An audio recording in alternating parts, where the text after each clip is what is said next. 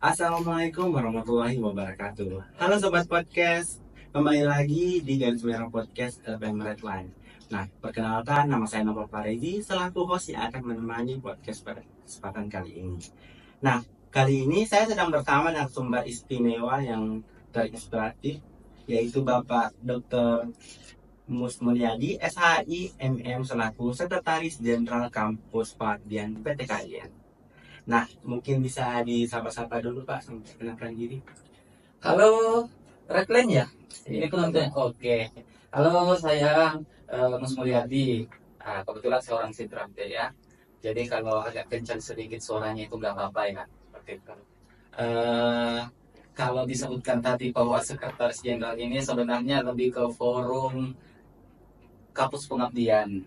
Kebetulan kemarin pemilihan ini dan alhamdulillah Yain Pare-Pare itu terpilih menjadi bagian sekjennya untuk forum Kapus Pengabdian se-Indonesia. Karena mungkin kemarin kita sebagai tuan rumah KKM Nusantara Moderasi Beragama lah. Iya. Jadi alhamdulillah dapat diperhitungkan juga dalam tingkat ranah nasional di pusat seperti itu deh. Masya Allah, luar biasa sekali ya. Bisa diceritakan Pak bagaimana perjalanan pendidikan Bapak dari tingkat sarjana hingga gelar tertinggi yang Bapak raih sampai sekarang ini? Oke, jadi S1 itu saya karena orang Sidrap, jadi saya kuliah di Sekolah Tinggi Agama Islam. Waktu tamat SMA itu, sama yang tadi saya sampaikan bahwa saya sempat honorer di Kementerian Agama. Honorer itu ya begitu, hanya kita dan Tuhan yang tahu gajinya berapa seperti itu. Nah, sembari honorer di Kementerian Agama itu juga lanjut kuliah di Sekolah Tinggi Agama Islam. Sekarang sudah berubah menjadi YAI.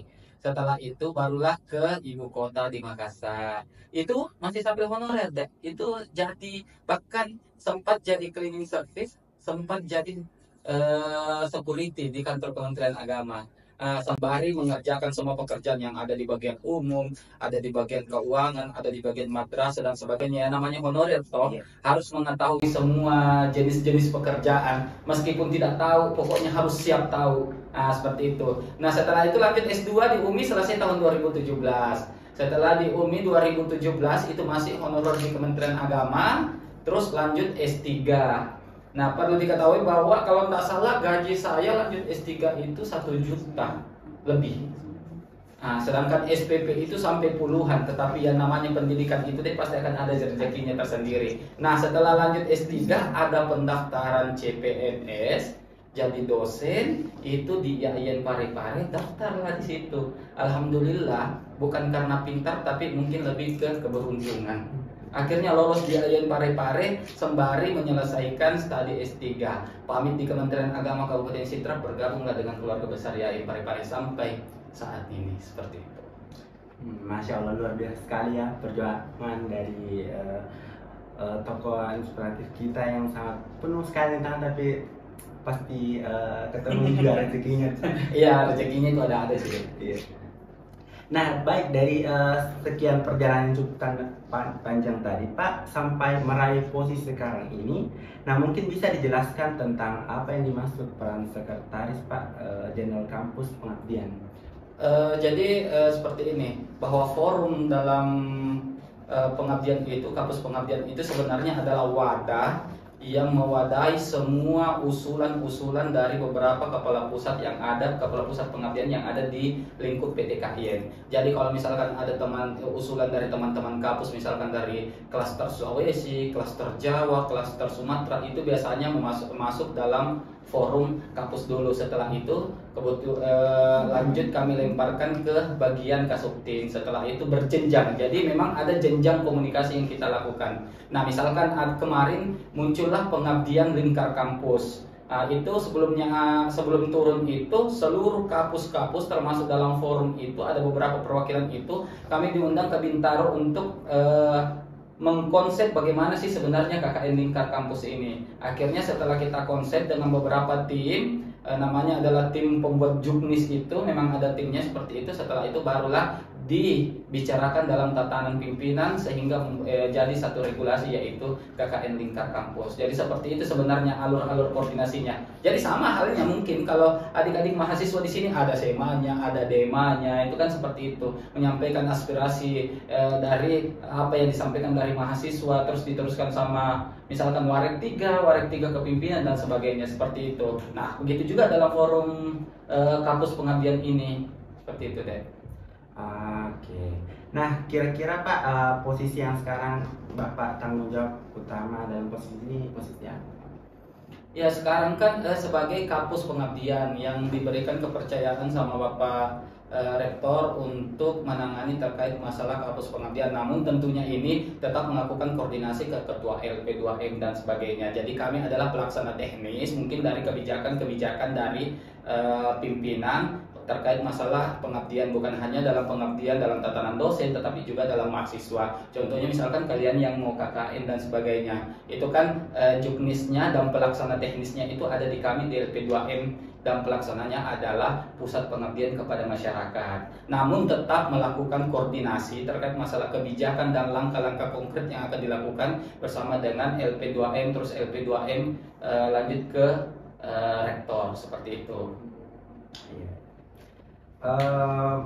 Nah, lantas Pak, motivasi apa yang Bapak pegang yang sehingga dapat terlibat dalam posisi sekarang ini?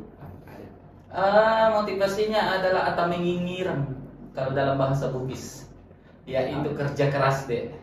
Nah, kerja keras ini sebenarnya begini, orang mau lihat kau kerja atau tidak, yang penting kau kerja. Karena kenapa? Ada satu orang, bukan orang, ada satu yang melihat kita, yaitu Tuhan kan. Gitu saja sebenarnya intinya. Bagaimana kau kerja keras, jangan bekerja hanya untuk dipuji sama orang. Karena beda ketika orang bekerja dengan ikhlas dengan bekerja yang ingin dilihat sama orang. Seperti itu akan kelihatan nantinya. Jadi bekerja dengan kerja keras, bekerja dengan ikhlas, mungkin sesuai dengan titelnya Kementerian Agama bahwa ikhlas beramal ya. Tapi bukan berarti bahwa kerja bodoh-bodoh seperti itu, enggak. Tapi lebih ke integritas dan pengabdian sebenarnya, seperti itu, kerja keras dan ikhlas. Ya, betul sekali. Nah, jadi Pak, tentunya di dalam pengabdian forum tersebut pasti mahasiswa itu ada konfliknya yang timbul, lalu bagaimana cara menangani konflik tersebut Pak? Kalau masalah konflik sebenarnya banyak termasuk anak-anak yang melakukan pengabdian itu, contohlah misalkan anak KKN. Anak KKN ini kan penerimaannya beda-beda semuanya deh.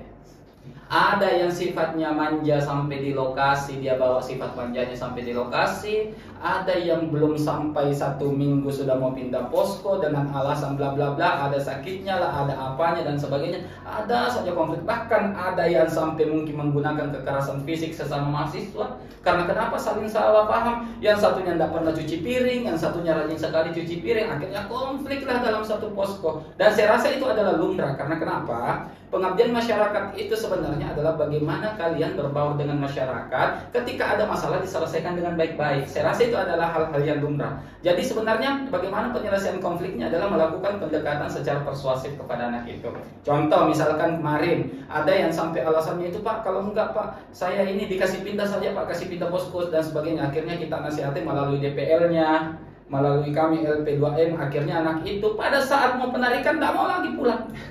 Ya inilah kendalanya sebenarnya. Pada saat pertama lakukan pengabdian, itu kendalanya adalah ada yang tidak baku cocok dan sebagainya, ada yang tidak terlibat dengan masyarakat, ada introvert, ada terlalu ekstrovert. Akhirnya ketika dia mau pulang itu Pak bisa keperpanjangan. Padahal awalnya yang dia minta itu, Pak bisa ditarik cepat. Setelah dia lalui semua itu, akhirnya dia mengerti, oh ternyata inilah dinamikanya ketika orang melakukan pengabdian. Kita lakukan pendekatan persuasif, kita nasihati dan sebagainya. Dan saya rasa itu adalah tugasnya kami sebagai pendidik. Seperti itu deh. Iya, betul sekali Pak. Jadi memang betul-betul dibutuhkan sekali pendekatan persuasif. Ya namanya anak-anak tuh biasanya begitu.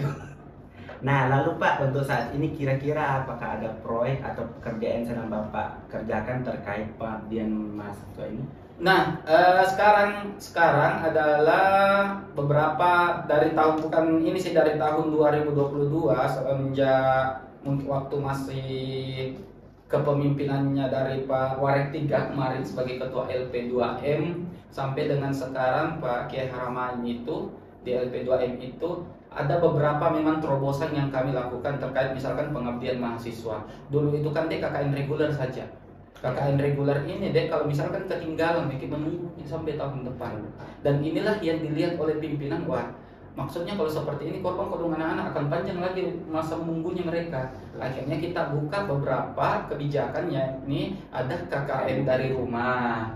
Nah, KKN dari rumah itu kami prioritaskan untuk mereka yang memiliki riwayat penyakit. Contoh riwayat penyakitnya itu misalkan ada jantungnya misalkan, tetapi harus disertakan dengan rekam medis.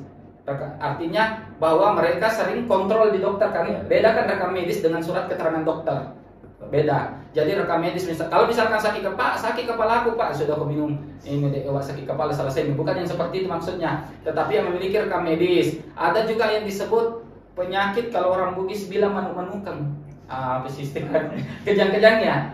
Daripada kok menjadi beban di poskomu nanti, ada lebih baik kok KKN dari rumah kita buatkan panduan KKN dari rumah. KKN dari rumah, dia tetap tinggal di rumahnya tetapi melakukan pengabdian di sekitar rumahnya. Ada TPA di sana, mereka ngajar TPA, ada sekolah, mereka ngajar di sekolah, ada majelis taklim, mereka membina majelis taklim. Tidak ada mereka bentuk majelis taklim tetapi sekitaran dari rumahnya. Itu. Terus kami prioritaskan juga untuk ibu-ibu hamil. Ya, bukan bapak hamil ya. Ini ibu-ibu hamil. Ibu hamil ini itu kan riskan sekali, apalagi kalau di atas gunung. Contoh kemarin ada anak KKN. Dia tidak mau KKN reguler, akhirnya KKN dari rumah. Dia nggak mau KKN dari rumah, KKN reguler. Kebetulan waktu kita tempatkan itu kan berbasis aplikasi. Penempatannya di atas gunung.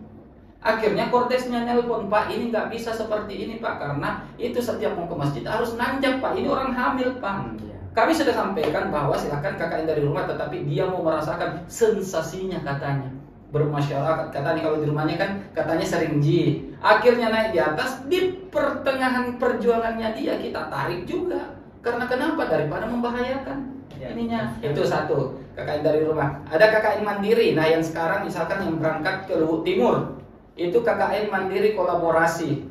Itu ada UIN Makassar, ada Palopo, Yayan Palopo, ada Kendari, ada Bone, ada Yayan Parepare, 5 perguruan tinggi di sana. Itu namanya KKN mandiri kolaborasi serumpun. Nah, itu seperti itu.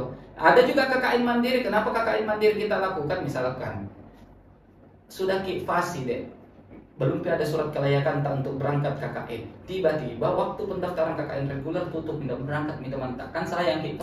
Akhirnya kami sampaikan silahkan cari minimal 8 temannya. Pilih di tempat sendiri, masukkan ke kami proposalnya, kami tinjau kalau layak ditempati untuk KKN silahkan berangkat KKN mandiri. Supaya kau tidak menunggu lagi KKN reguler tahun depan.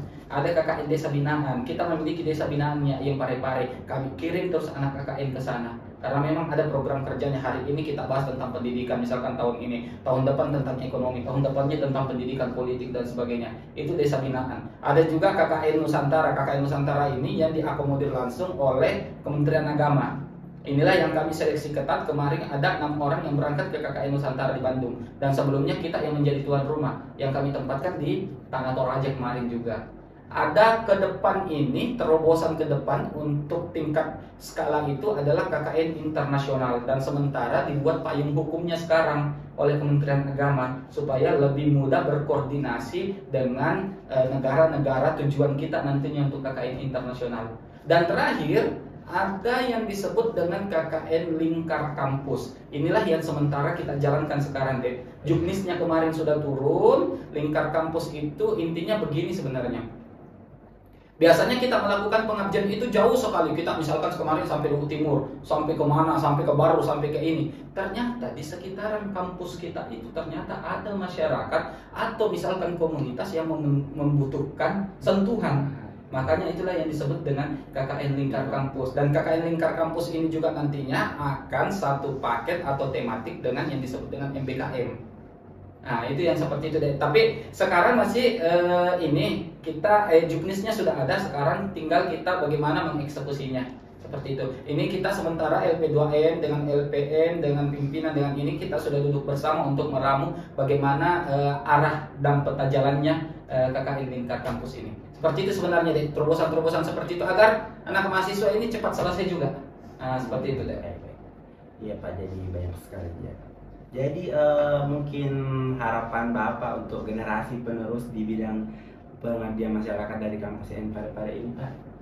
Jadi harapannya sebenarnya bermanfaatlah untuk masyarakat. Artinya begini,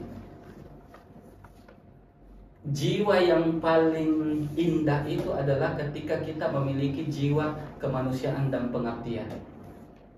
Artinya apa? Inilah yang disebut tadi dengan kerja keras dengan kerja ikhlas. Ya, kalau misalkan kita mengabdi sama masyarakat atau misalkan kita memiliki jiwa kemanusiaan itu, bagaimanapun kondisi dan keadaannya itu kita akan terpanggil. Misalkan ada bencana apa, kita terpanggil untuk itu. Kita melihat orang susah apa, kita terpanggil untuk hal itu. Jadi kedepannya untuk adik-adik misalkan dalam pengabdian masyarakat, melakukan pengabdian masyarakat, mungkin hari ini Anda menganggap bahwa hanya menggugurkan kewajiban saja, tetapi kedepannya itu bahkan sebenarnya sangat bermanfaat untuk pengabdian yang Anda lakukan itu sangat bermanfaat untuk hayalan masyarakat. Contoh misalkan kemarin anak-anak yang melakukan pengabdian di Polman yang baru-baru ini, kalau kita lihat sumbansinya mereka itu, kalau kita rupiahkan itu sampai miliaran loh.